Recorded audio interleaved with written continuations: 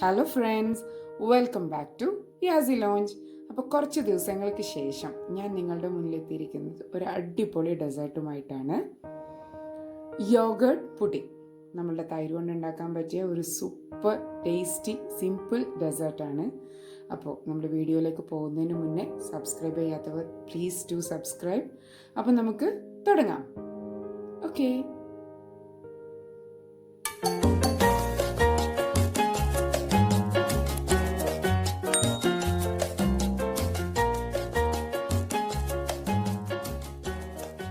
ആദ്യം ഒരു കപ്പ് തൈരെടുത്തു ഒരു ബൗളിലേക്ക് ഒഴിക്കുക. ഇതിലേക്ക് നമുക്കൊരു 1/3 കപ്പ് പൗഡേർഡ് ഷുഗർ, അതായത് ഏലക്കായും കൂടെ ഇട്ടിട്ട് മിക്സ് ചെയ്ത ഷുഗറാണ്. അതിൻ്റെ കൂടെ ഒരു 1/4 കപ്പ് പാലും ഒഴിച്ച് ഒരു 1/2 കപ്പ് മിൽക്ക് മെയ്ഡും ചേർത്ത് നന്നായിട്ട് മിക്സ് ചെയ്തെടുക്കുക. ഞാൻ തൈര് എടുത്തിരുന്നത് നന്നായി വെള്ളം കളഞ്ഞിട്ടുള്ള തൈരാണ്, കാരണം വെള്ളത്തിൻ്റെ ക്വാണ്ടിറ്റി മാക്സിമം അവോയ്ഡ് ചെയ്യാൻ വേണ്ടിയിട്ടാണ്. അപ്പോൾ നന്നായിട്ട് മിക്സായി വന്നിട്ടുണ്ട്.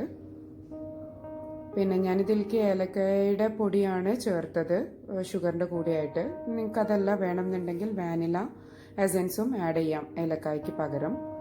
അത് നന്നായി മിക്സ് ചെയ്തത് നമ്മളൊരു ഗ്ലാസ് ബൗളിലേക്ക് എടുക്കുന്നുണ്ട്. അതിലേക്ക് നന്നായിട്ട് ഒഴിച്ചു കൊടുത്തിട്ട് ടാപ്പ് ചെയ്തിട്ട് വെക്കാം. നമ്മളിത് ആവിയിലാണ് നമ്മൾ വേവിച്ചെടുക്കുന്നത്. അതിനായിട്ട് ഒരു പാത്രത്തിൽ കുറച്ച് വെള്ളം ഒഴിച്ച് തട്ട് വെച്ച ശേഷം നമ്മൾ അതിലേക്ക് ഇതിനെ കവർ ചെയ്തിട്ട്, ഈ പുഡിംഗ് ട്രേ കവർ ചെയ്തതിന് ശേഷം ഇതിൻ്റെ മേലേക്ക് വെച്ച് കൊടുക്കാം. എന്നിട്ടൊരു 1/2 മണിക്കൂർ നേരം സ്റ്റീം ചെയ്തിട്ടെടുക്കുക. ലിഡിൻ്റെ ഹോള് ക്ലോസ് ചെയ്യാത്ത കാരണം ഇടയ്ക്ക് വെള്ളം ചെക്ക് ചെയ്ത് കൊടുക്കണം.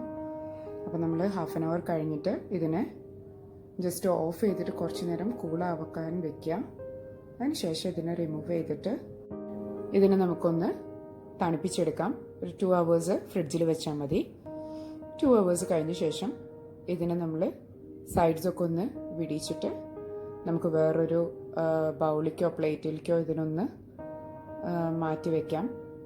ഇപ്പോൾ ഞാൻ ഈ പ്ലേറ്റിലേക്ക് ഇതിനെ കമഴ്ത്തിയിട്ടിട്ടുണ്ട്. ഇതിനെ ഞാൻ ഡെക്കറേറ്റ് ചെയ്യുന്നത് കുറച്ച് റോസ്റ്റ് ചെയ്തിട്ടുള്ള ആൽമണ്ട്സും കാഷ്യൂം പിസ്തയും കൂടെ ഒന്ന് ക്രഷ് ചെയ്തെടുത്തതാണ്.